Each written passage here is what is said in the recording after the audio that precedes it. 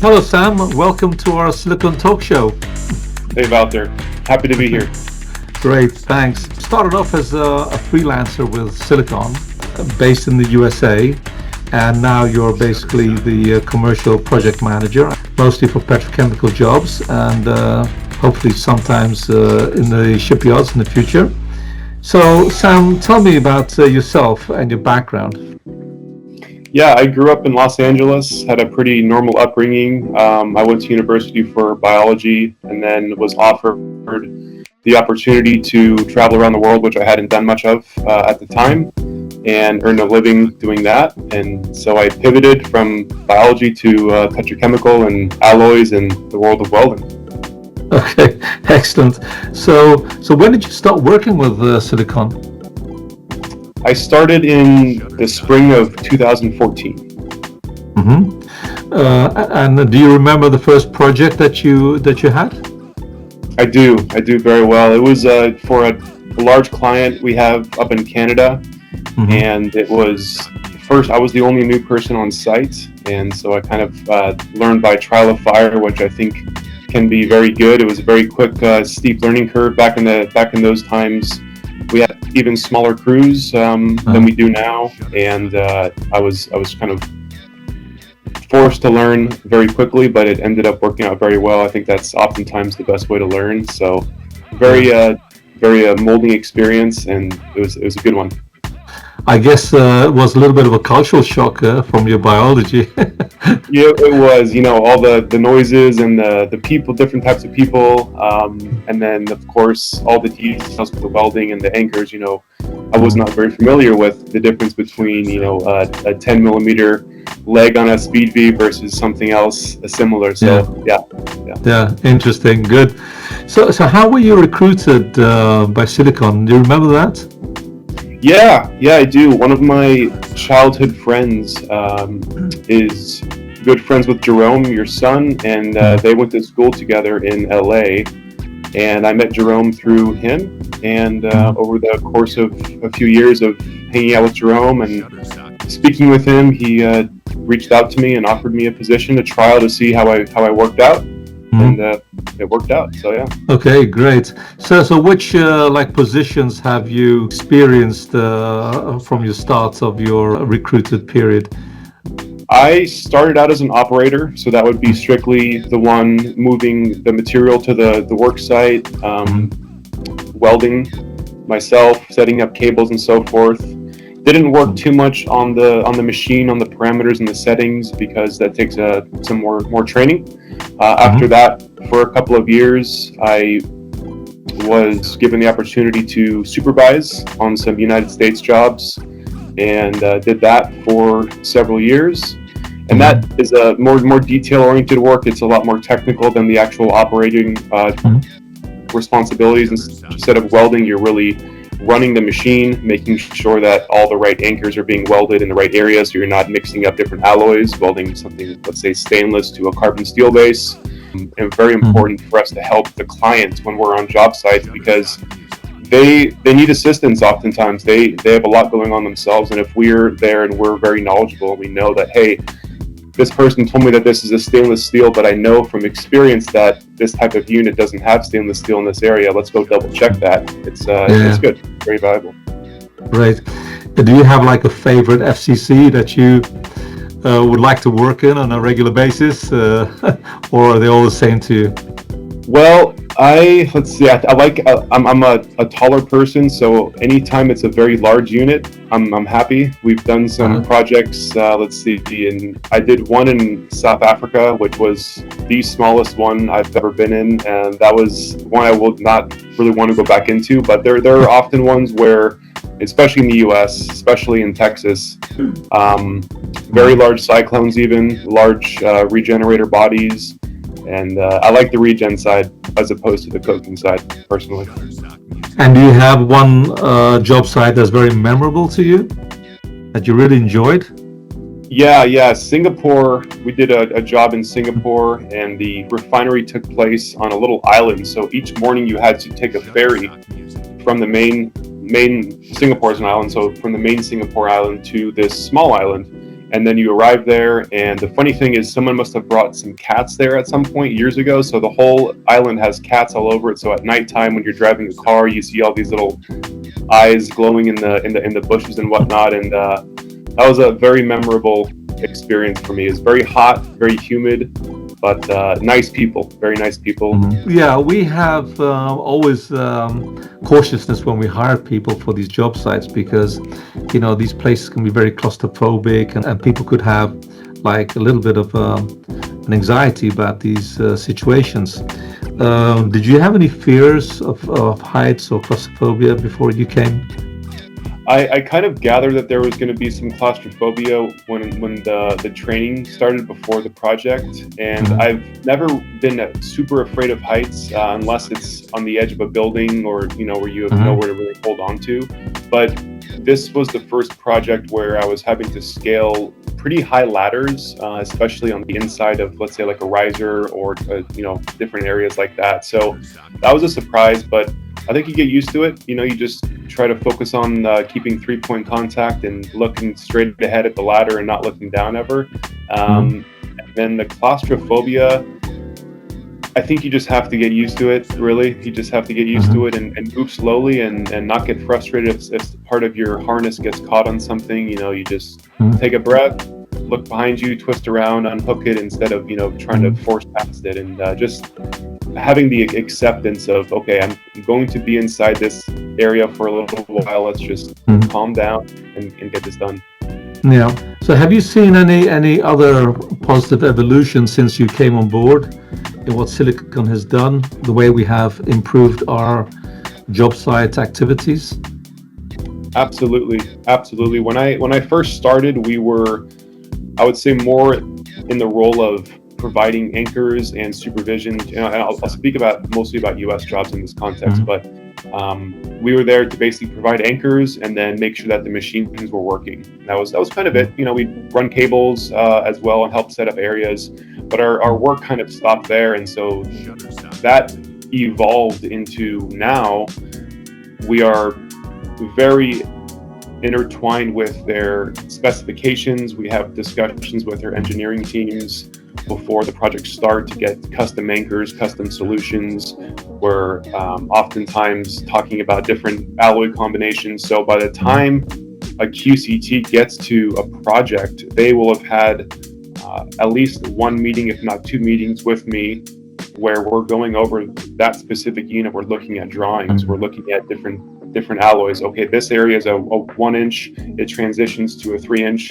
And so by the time they get on site, they are just as familiar with the unit as the contractor who we're partnered with. And I think that's really powerful. And as I said before, when you have an area where you're knowledgeable about this unit and the area pops up and you're being told something, but you're pretty sure that you remember something else, it's great for you to have that conversation with the customer when they say, oh, we messed up, you're right, we're going to put this other anchor there instead of us just accepting it like we were told in the past and just say, okay, we're going to weld this anchor here, we're not going to worry about it. So it's powerful, it's great for the client, it's great for the end user, and it's great for us because people understand that we're serious, we know our stuff. Yeah, you have to work in extreme conditions like low and very high temperatures. And what was the result of that? I've worked in very hot temperatures. I have a funny story actually about some cold temperatures that I heard from someone that works for us as well. But the hot temperatures, yeah, I remember it was, Singapore was 95 degrees and 90% humidity. I think that's 40 to 45 degrees Celsius. Texas is kind of the same thing. It gets very, very hot, very humid. So, it's kind of like being inside the unit. You just kind of have to get used to it. But I have, so one of the guys that works with us, he was working in minus 40 Celsius up in Canada, in northern Alberta. And it's so cold that they have to basically take a 10-minute break in the truck that's running constantly with the heater on every 20 minutes. So you work for 20 minutes, take a 10-minute break, work for 20 minutes for 10 hours straight. That's just how it has to happen. And that was one that I did want to experience that. I do a bit better in cold weather than hot weather. So I don't think I'd mind that too much. So are you saying that our equipment also works very well at those temperatures? It does. It does. I haven't had any issues. No, I haven't heard any issues with cold. And for me, in humid, hot weather, it works. It works perfectly. There's no issues with any type of adverse conditions. Yeah. Great. So, how would you rate the safety of the rapid arc welding technology for the operators who are using that on a regular basis? I think it's great. I think it's as safe as anything welding wise can be. At the end of the day, you're welding two alloys together at 2,000 degrees Fahrenheit or more. So as long as the person is trained appropriately, they know that I don't need to put my finger by this 2,000 degree weld, which is happening. As long as they're trained well, they know what they're doing, they're competent, it is as safe as you can get it. It really, really is. Okay. Of course, you know that we have our SpeedHex system and FCC solution. Have you experienced yourself hex metal and how that was being used and how we have replaced that? Can you tell me something about your experience on hex metal itself? Absolutely, yeah. There's every single time we've done turnarounds, there's hex metal repairs to do. It never looks good. I'll be honest. It really never looks good. There's times where honestly there'll be 4 feet wide of loose hex mesh where I'm just pulling it like this. There's not even refractory left. And even in the best scenarios where hex mesh does not get pushed off the wall, it still has all these corrosive effects which are happening on it. You have this bypass, and so yeah, eventually it does pop off. But there's some areas, let's say a couple square feet of hex mesh, which is still looking good, and we're under the gun as far as time goes. The client can simply leave that bad hex mesh. We can bring our SpeedHex right up to that area, that termination, and then the next time we come around, we'll repair the rest of it. So it's very flexible, and it's customers love it. Excellent. Have you installed hex mesh before at any time? I haven't. No. And it's funny. I've always been wanting to be on site as they've been installing some, but since generally when we're on site, they've kind of bought into the SpeedHex system. They've kind of wised up, and they're only doing SpeedHex at least on that turnaround. But I haven't, and it doesn't seem like it's very efficient. I know exactly how they install it, and I know how they form it and whatnot, and how it's very inefficient. So I've always been wanting to see firsthand the installation, but Yeah, that's interesting. How have other trades reacted when they see us at working in the unit, like inspectors or the client themselves?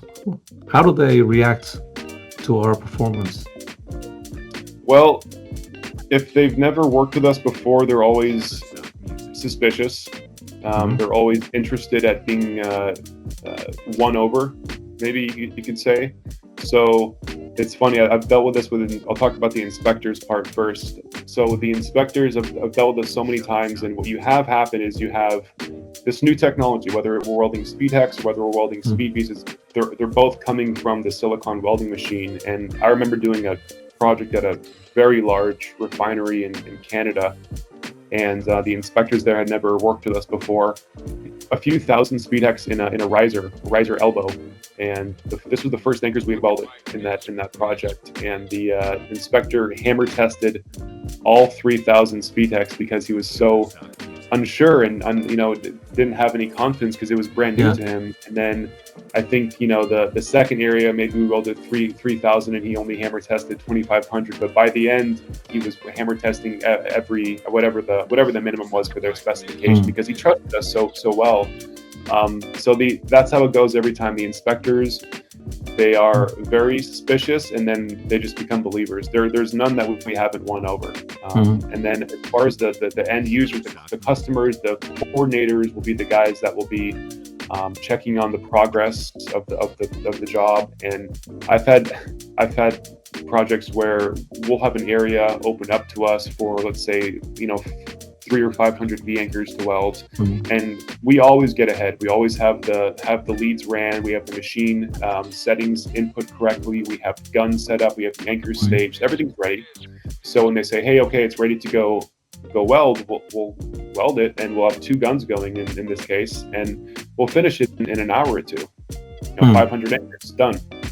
And I've had coordinators where I will radio them on the let them know, hey, this area is done, and they don't want to say too much over the radio because they don't want to embarrass you in case you didn't hear them correctly. So they come over and talk to you in person, and they say, "What do you mean you finished already?" And I say, "Yeah, you want to go inside? I'll show you." And they it happens, and it's always, it makes my day.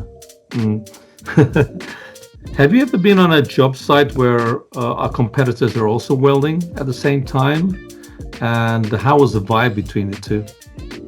Yeah, one time we did have this scenario. It was pretty interesting. There was a customer we were working with. This was down, this is actually in Louisiana.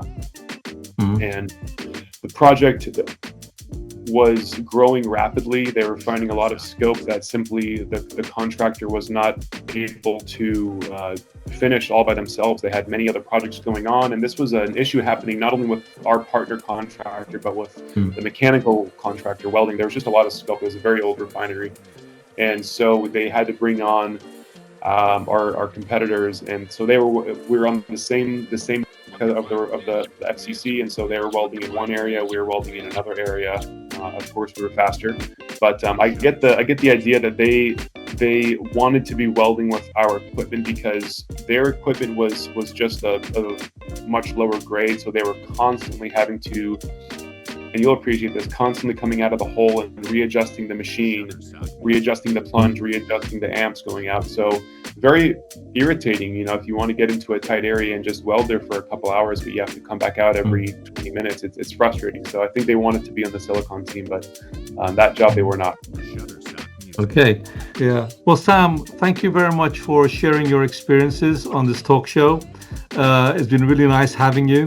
And hopefully we'll see you soon again on the next job site or some other consultancy position. But thank you very much, and it's great hearing your experiences. Thank you so much, Wouter. It was a pleasure, and I look forward to the next time. Pleasure. Good. Thank you. Thank you for joining us in this latest talk show. Please like and subscribe if you enjoyed this episode, and put any comments that you have down below so that we can act on that, apply that in the next talk shows. Thank you very much, and we look forward to seeing you again. Thank you.